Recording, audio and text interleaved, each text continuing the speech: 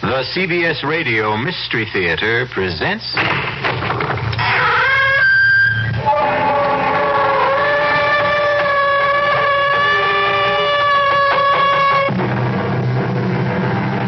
Come in. Welcome. I'm E.G. Marshall. Welcome to the world of your own terrifying imagination. It has been said that we are prisoners in a dark closet with small openings that on occasion admit some light. Small wonder that the demons who lurk in the deepest corners are more real to us than the sweet light of reason outside. There is so much evil in our world that light turns naturally to shadow. Even the love of Stephen and Amelia Stampler for their son Michael is converted to suspicion in this dark closet we live in. Reverend Stokes, I don't want a theological debate. I want you to tell your congregation the truth. And what is that, Dr. Stampler? That my son Michael conducts his lab experiments for scientific purposes. And shall I ask them to believe in coincidence? What coincidence? That a peaceful town is ripped apart every time your son returns. That cattle die for no reason at all. That we are suffering epidemics and the worst drought in our history. All because of coincidence? Yes. This is the 20th century. What else could it be? Ask your son, Dr. Stampler. Ask your son, Michael, if he's just doing lab experiments.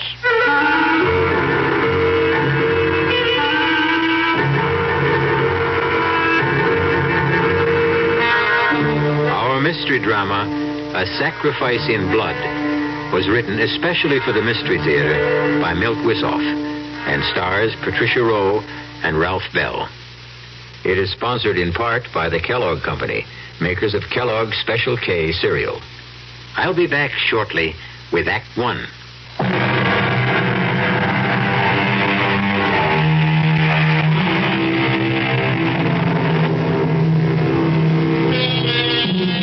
And now it is time to turn to the macabre and nightmare world where there is no shortage of blood. Our tale opens on a pleasant enough note in a fashionable restaurant where Dr. and Mrs. Stampler are celebrating a special occasion. But I promise you, it will end in true Gothic horror. Not another drop, Stephen. I've had my fill, and so have you. I suppose you're right, my dear, but this is really so special. One more dig and the Stamplers hang up their shovels. Oh, not really. But we'll be digging up flower beds and compost heaps instead of ancient grave sites. No regrets? None, my dear. We should have retired years ago. Then why not now? I mean, what can this one dig mean? Well, it will be a fitting climax to our career, Amelia. Perhaps the most significant find of our lifetime. Professor Starulius agrees with me. The last excavations there indicate a pre-Toltec civilization existed that was not completely archaic. A highly sophisticated people. Who worship the devil. Oh, why not? Most of us still do. Black masses are held in California. Covens of witches gather in New Mexico. Blood rites take place in the shadows of New York skyscrapers. Oh, nonsense. You've had too much wine. Oh, too much wine, I haven't had enough. Come, Amelia. Let's toast the occasion. To a splendid find. To a safe return.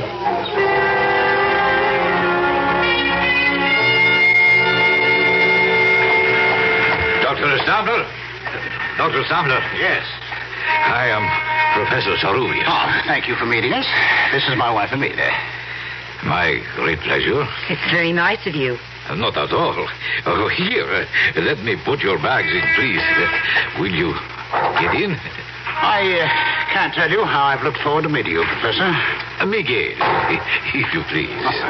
And I am honored by the opportunity of working with so eminent a scientist. And I would be delighted to have a nice hot bath and about 3 days of uninterrupted slumber. Oh, planes are almost as uncomfortable after 10 hours of flight as the small donkeys we rode to the Shenandoah site. The Toltecs have always been regarded as the earliest civilization in the Americas. The new finds at Acapulco may show one much heavier still. You really believe it was a civilization? Oh, most certainly. Not by our standards, perhaps, but certainly in its day. You shall have the opportunity to see for yourselves. We leave at 5 a.m. Monday morning. But that's 3 days away. Why the delay? There is much preparation, including the paperwork. You shall get some rest, and I will have the pleasure of acting as your host, if you will permit it. Of course. And forgive my impatience.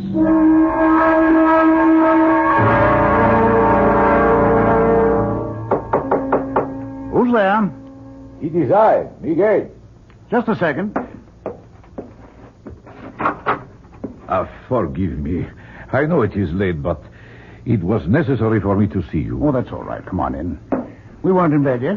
What is it? I am afraid I have bad news for you. We will have to postpone our trip. Why? There is word of trouble in the mountains where the site is. What kind of trouble? Oh, nothing serious, but it will cause us some delay. Why didn't you tell us sooner? I just learned it, Stephen, when I returned to my room.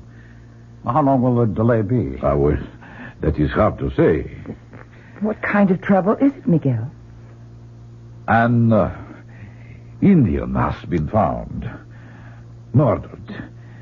It was a ritual killing. His skin has been removed. Oh, God. Well, we still get back to the basic question, Miguel. How long will we be delayed? Then you're still bent on going? Well, of course, Amelia. A native killing isn't going to stop me. I've encountered worse on other digs. Well, answer me, Miguel. Perhaps you should forget it, Stephen. Oh, come on, now, both of you. I'm not going to change my plans. If you insist, we will continue, but I must warn you, it will be difficult to assemble a crew. But not impossible. No, not impossible, if we pay enough. There is always someone who will take a risk if the inducement is great enough. I guess you're right, Miguel. See what you can do. Then you'll go along with me? I wouldn't miss it for the world.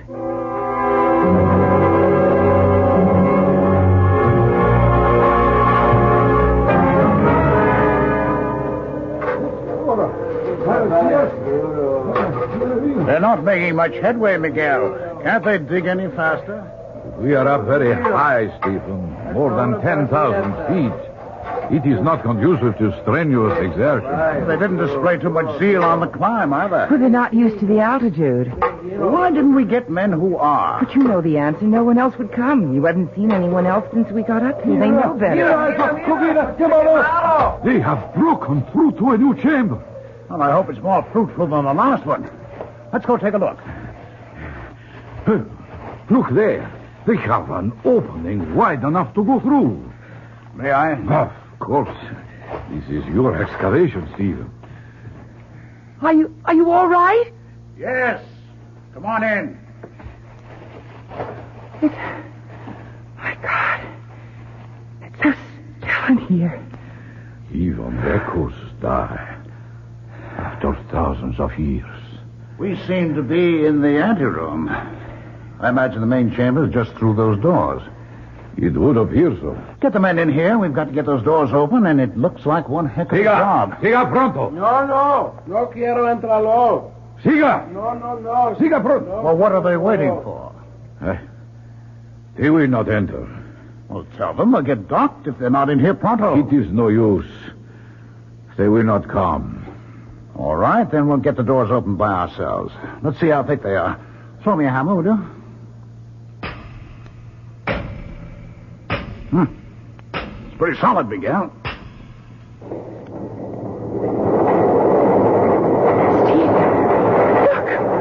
The doors are opening. How? Oh, perhaps Stephen struck some kind of a trigger mechanism by accident. Well, never mind how. It'll save us some sweat, that's all. Stephen, please, be careful. There's something here that makes me... I will go ahead. Not on your life, Miguel. This is one big step I'm going to take. Come on, follow me.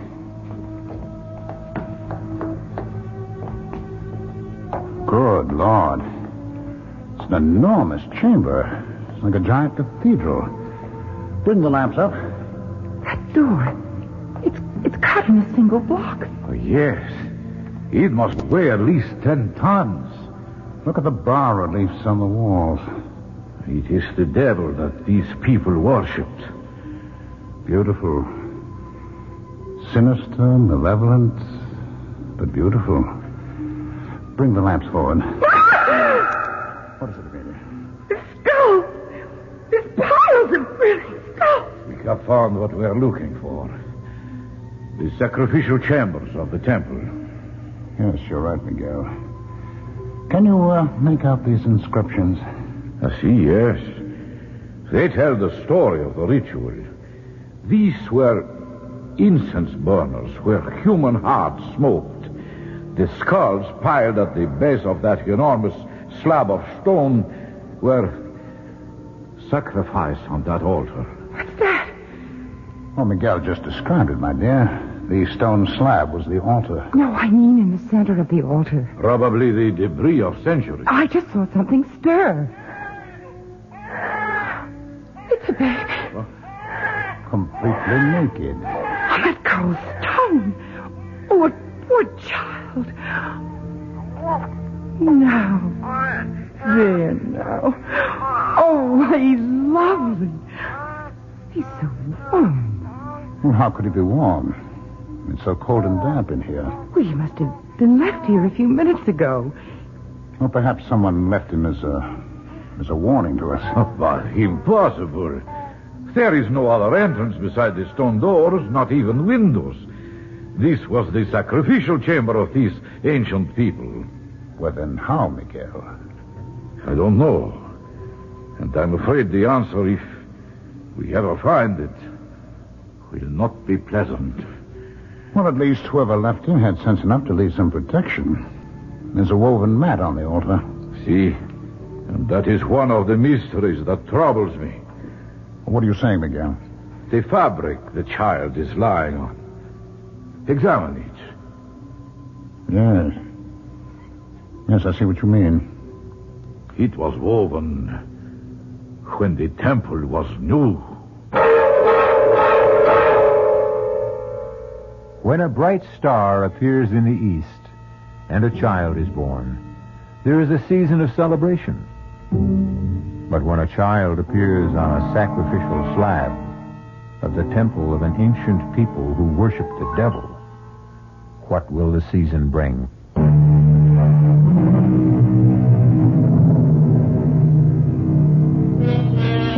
We live by the philosophy that no one is born evil, that only time and circumstance can corrupt the innocence of an infant.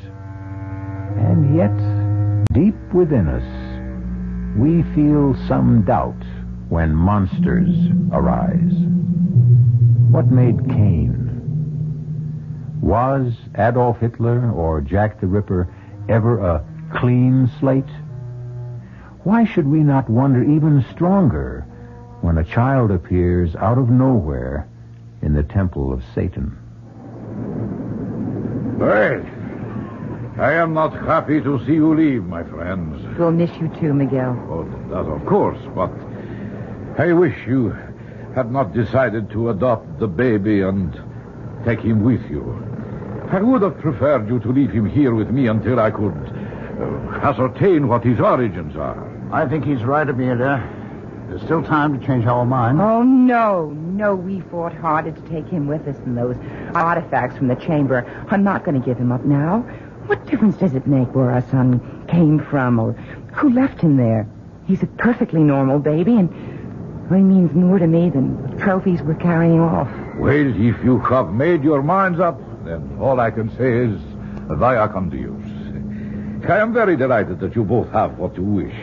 Stephen, your find will have an historical impact. Our find, Miguel, would have been impossible without you. And my gratitude for helping us with the baby. We've named your godchild Michael for you. Ah, a great honor, Emil. You'll keep trying to trace his parents?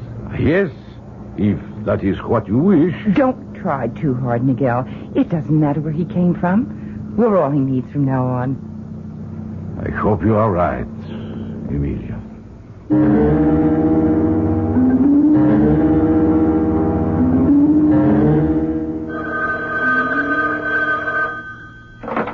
Stamper here. Oh, no. I'm sorry. That will have to wait. And look, another thing, don't set up any more interviews. My wife and I have had it. All right, I'll let you know, right. Don't be so short with Conrad. He's only trying to promote your book. I know he is, Amelia, but we're entitled to some privacy. We've been back home for almost a year now, and I'm sick of interviews and publicity. The people poking around here. Oh, you know you don't mean that. You're positively glowing with success. Yeah. You proved your theory about the pre-Celtic people, the influence they had on earlier civilizations, and, well, just look at the results. Academic honors and, the fantastic sale of your books on the expedition. This year's been good for you, Stephen. Well, of course it has, Amelia, but if we hadn't gone on that bloody trip, we'd have some peace at least. You wouldn't have Michael. Well, no, you're right, my dear. Oh, he's quite a handful for a kid his age. Only a year old, he's been walking for months. And he's such a good-looking child. He's so well-behaved. Oh, too well-behaved. You know, it's scary. He hardly makes any sounds at all. Oh, count your blessings. Our neighbors envy us so. They want to know how I discipline Michael. He's such an angel. Doesn't need any discipline. Well, maybe he doesn't, but I do. I've got to finish my notes for the lecture tour. Are you sure you won't come with me, Amelia? Well, who'd look after Michael? Well, Karen. She's perfectly capable. Oh, nonsense. I mean, he'll be gone in a month. And he needs me. So do I. Oh, don't tell me you're jealous. Oh, no. But I am disturbed. You've got to give a little, Em. Don't try to smother him. It's no good for either of you.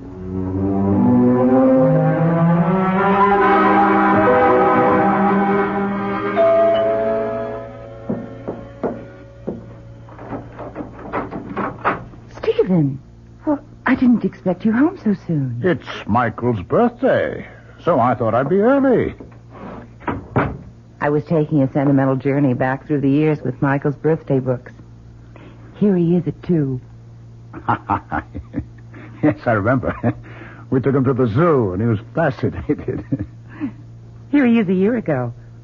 5 years old, growing like a weed. Oh, that reminds me. What can I do to help with the festivities? Oh, nothing. Just relax. Where's Mike? Well, I sent him out to play. On his birthday? I don't understand. What's wrong, Amelia? Nothing. The party's off? No one's going to show up? Is that it? Oh, who cares? Well, you do for one. Why aren't they coming? Because we have stuffy neighbors with stuffy children. I just think it's time we moved. Oh, they're all out of step, hmm? That's right. Take their Oh, side. for heaven's sake, Em, I'm not taking any side. I just want to know... Well, he tears butterflies apart. Yanks legs off frogs. Well, he's inherited your scientific curiosity. Oh, you know that's impossible. Well, I mean, you set an example for him. Level with me, would you? What happened between Michael and the Fielding child? Nothing. I told you. All right, then you don't mind if I call them and straighten this out? You go ahead and call. You'll agree. It's a tempest in a teapot. I'd rather hear it from you, Em. Sarah?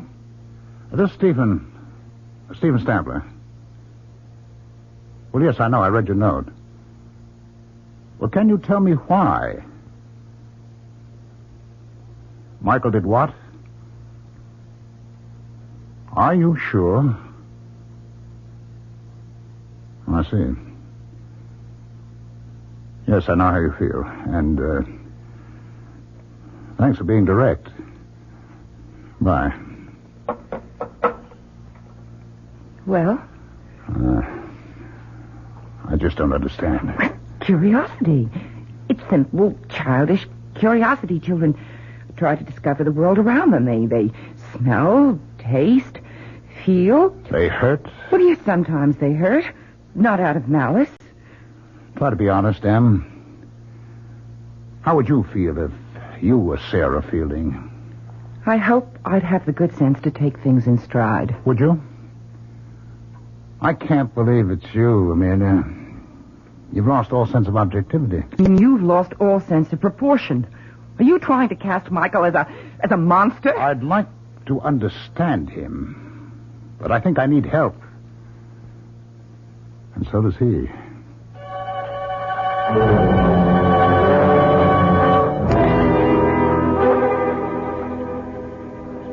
Amelia? Oh, there you are. How are the silver bells? Fine. But the cockle shells are a bit droopy, and so am I. Oh, nonsense. Very gallant, Stephen. But age is beginning to catch up. I don't know where the last 10 years have disappeared. Seems only yesterday that Michael was 6, entering school for the first time. Now he's almost grown. 17.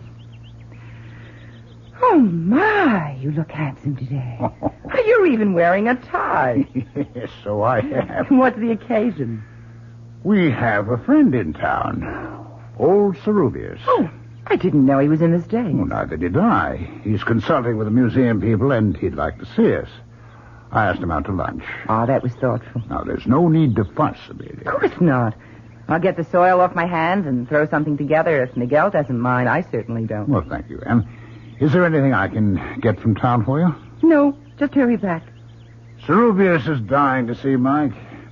What time is Mike due here? Oh, dear, I forgot to tell you. There was a letter from Michael in the morning mail. He's staying at the academy through the holidays. Well, that's odd. Did he say why? Well, he wants to catch up with some school work, and there's an experiment going in the lab. He just can't leave. Well, that's too bad. Miguel was looking forward to a visit with Mike. He made quite a point of it.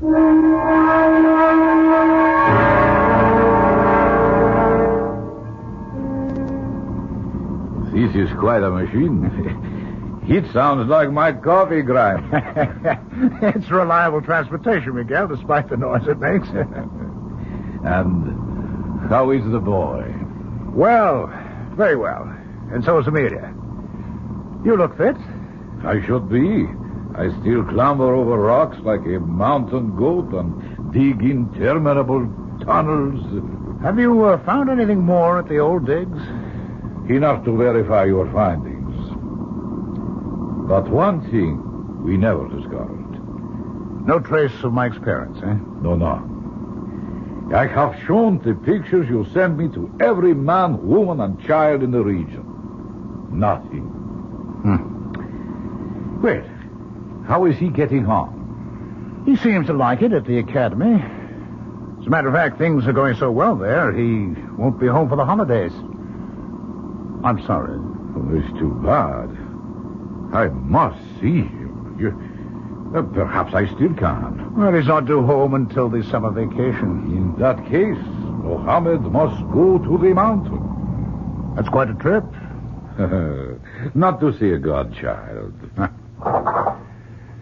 Well, here we are. We're here at last. Miguel, how nice to see you again. It is always a pleasure, dear Emilia. Oh, you look more enchanting than ever. No, thank you. You're so good for my ego. I have drinks set on the terrace. Would you like to unpack first? No, I think not. A drink would be fine, and then I must be going. But you just arrived. I prepared lunch. We haven't seen you in years. Too many years. I know, but I may get a chance to stop in before I go home. What made you change your mind? He's going to visit Mike. Aren't you, old friend? Yes, I think so. Oh, he'll be delighted, as we are disappointed. I hope so. It would be nice to feel wanted by a godchild I have not seen since he was an infant. I'm sure he'd love to see you. He keeps asking about you all the time. You can feel flattered, Miguel. You seem to be the only human being he has any interest in. Yeah, besides you and Emilia. Of course. What's a strange thing to say? Oh, you must forgive me. I have not been in civilized company for ages. My Conversation is a little, how do you say, Rusty? Exactly. My bones and my speech are undoubtedly growing rusty. That is why I want to see him on this trip. I may never have the opportunity again.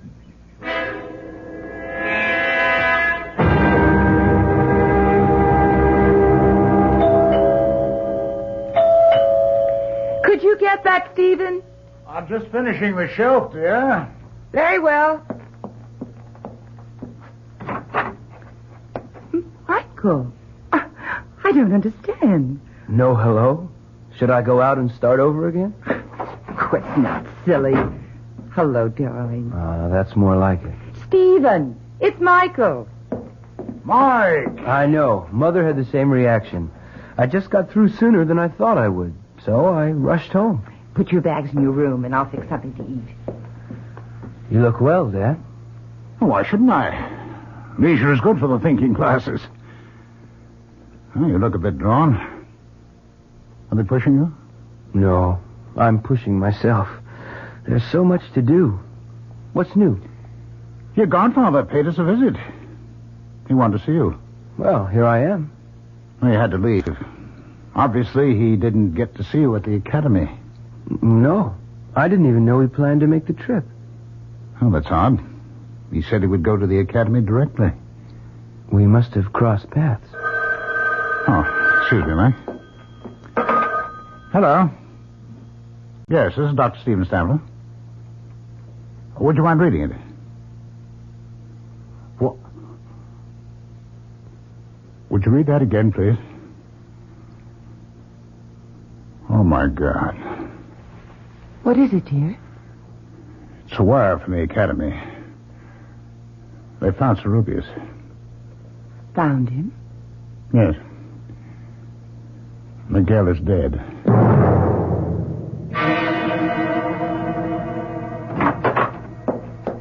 Michael? Michael? Are you home? He's out, Amelia. His car's gone. Strange. He seemed under the weather this morning. And he didn't want to attend the funeral. Oh, nonsense. He just wasn't feeling well. You still believe that act after all these years?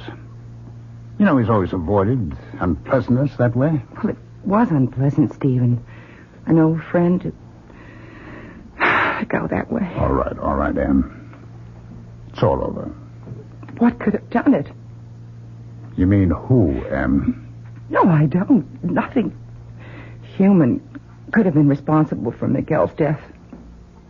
I wonder. You wonder what, Dad? Where did you come from, Michael? You startled me. I was in the garage. My fan belt's loose. I was tightening it. You should have come to the funeral. What for? I never saw Professor Cerubius. He was your godfather. You were his namesake. I wasn't feeling so hot anyway. I thought I was coming down with something. How do you feel now? Better, I think. You look healthy enough to me. Well, that doesn't mean a thing. I'll put the tea up, and then it's off to bed with you. She still thinks you're a child, Mike. I know. I want to talk to you, Dad. That's why I came home from school. All right, shoot.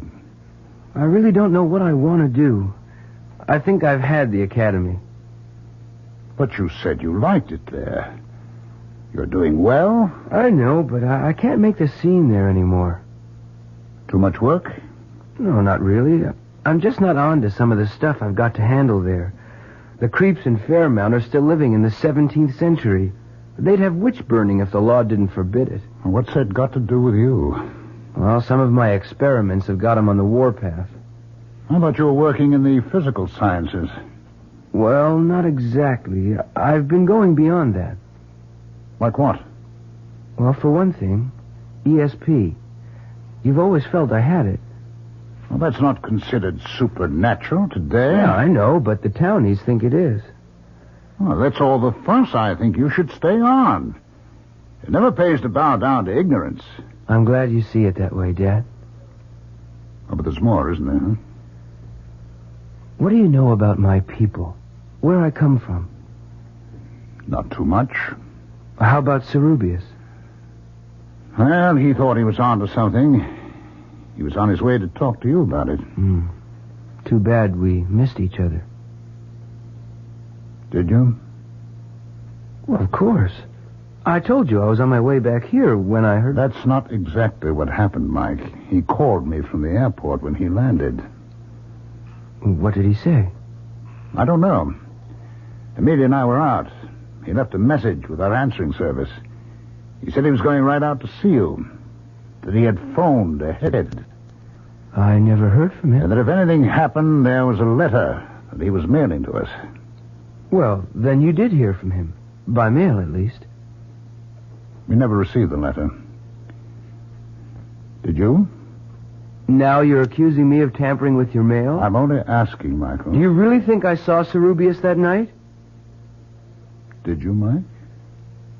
You're as bad as the townspeople. What do you want to hear? A full confession? Oh, okay. I saw the old man. I killed him. Is that enough? Or do you want me to invent the gory details, too?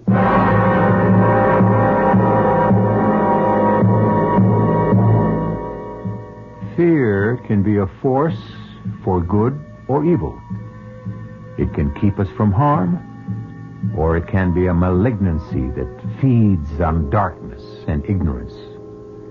Is Mike a victim of rumor and coincidence, or is he truly evil?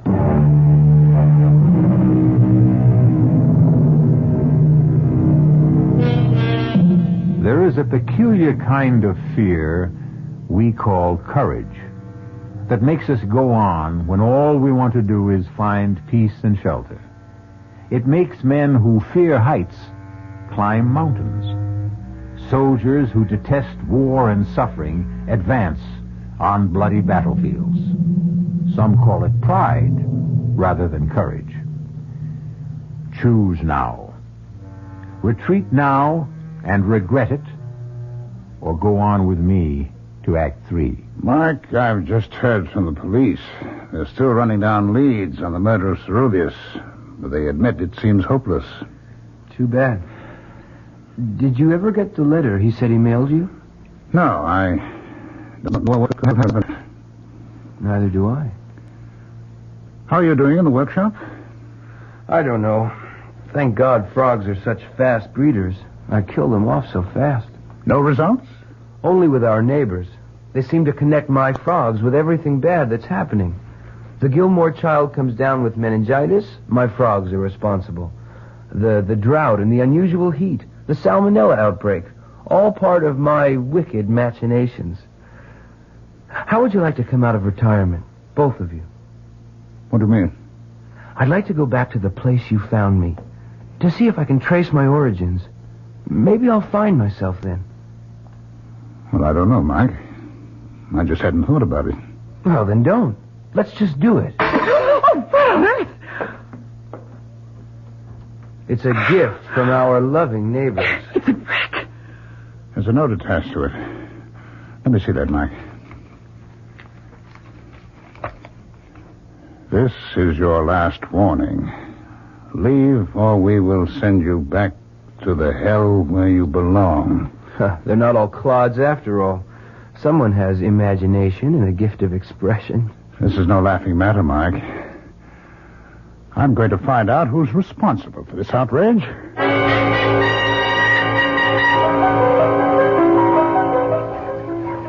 Dr. Stantler, delighted to see you. I think we can do without the formalities, Reverend Stokes. I just want some answers. Yes, so do I. I haven't seen you in church for quite a while. You're very fortunate. I didn't attend last week.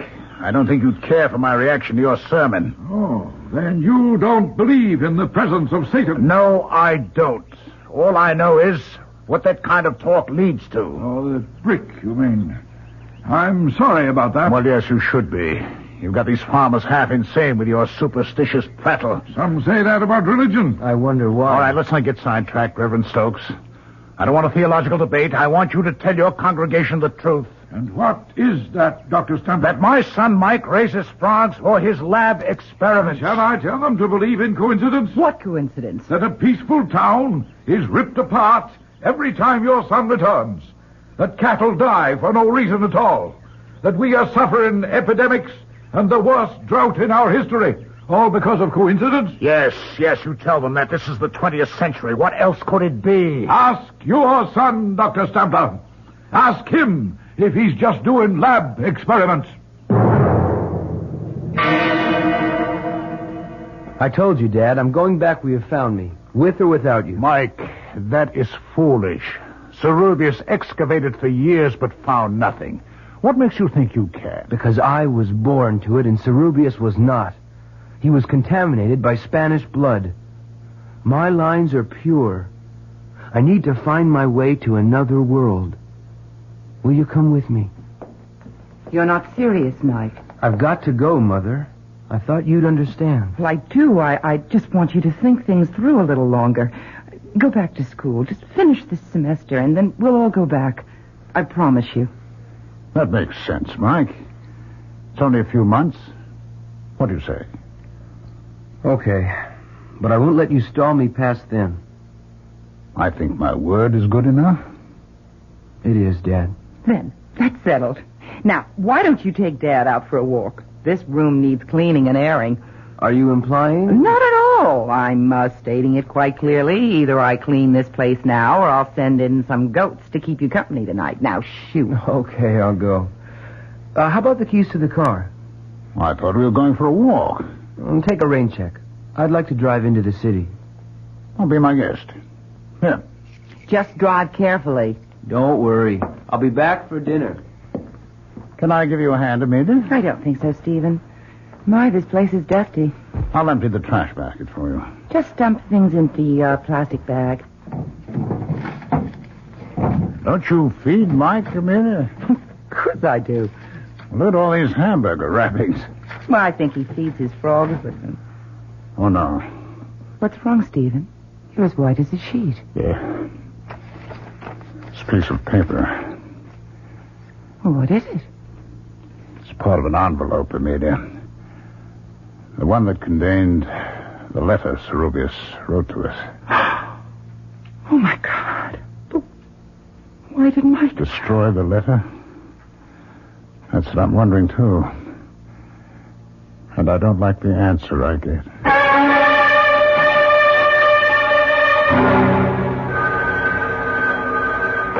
Hello.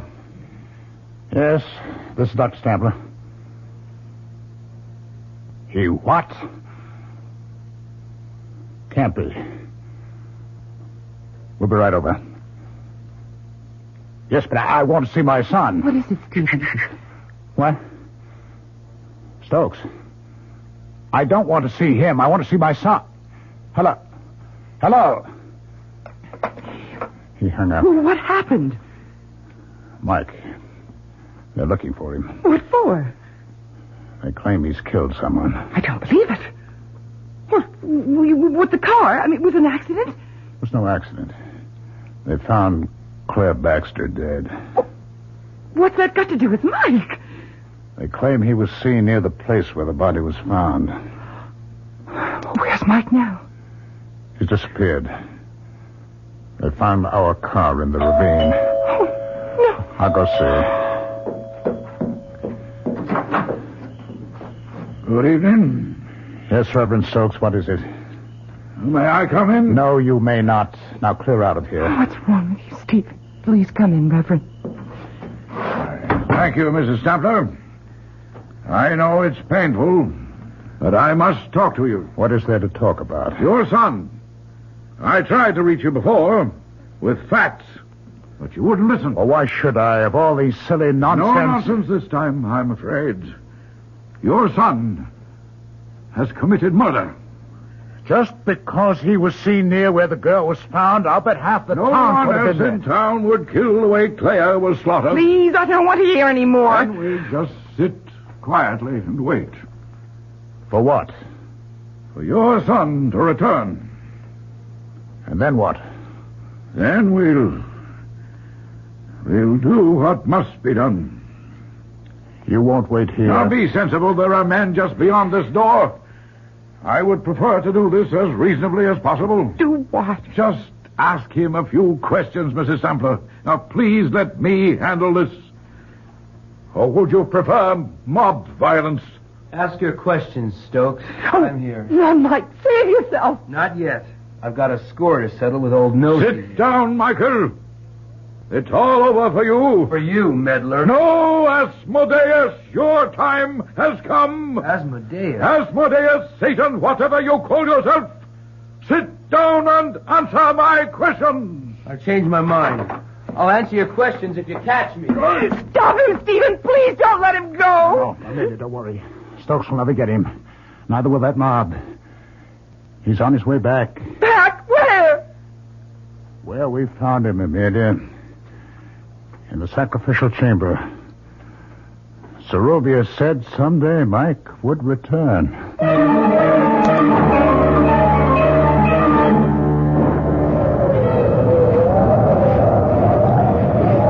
Just a while longer, Amelia.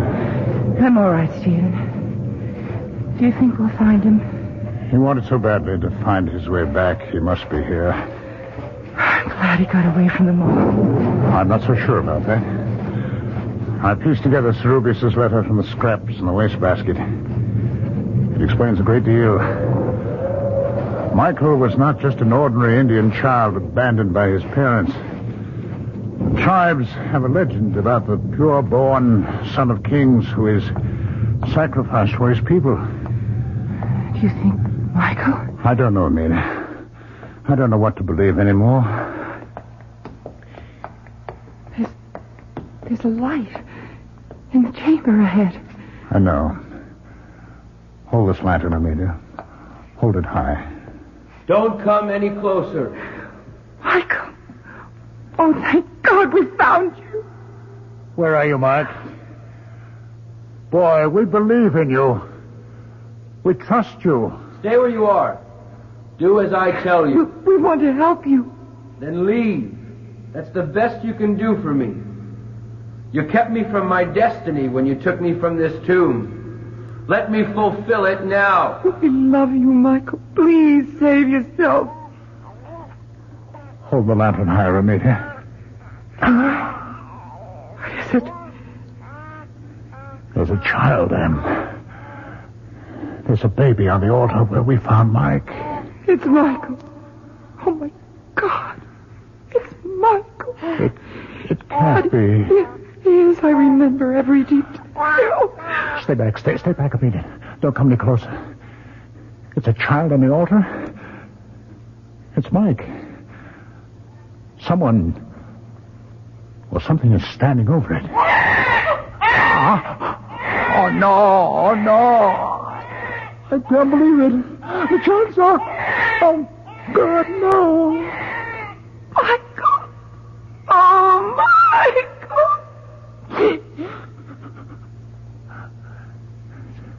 It's too late, Amelia. It's all over now. Whoever it was has disappeared, Amelia. He's gone. A child is born, becomes a man, then dies. The natural order of things. No one can upset it. But not in the case of Michael Stampler, or whatever his true name was. He was plucked out of antiquity by accident and returned there by desire. Our cast included Patricia Rowe, Ralph Bell, Don Scardino, and Ian Martin. The entire production was under the direction of Himan Brown. This is E.G. Marshall inviting you to return to our Mystery Theater for another adventure in the macabre. Until next time, pleasant dreams.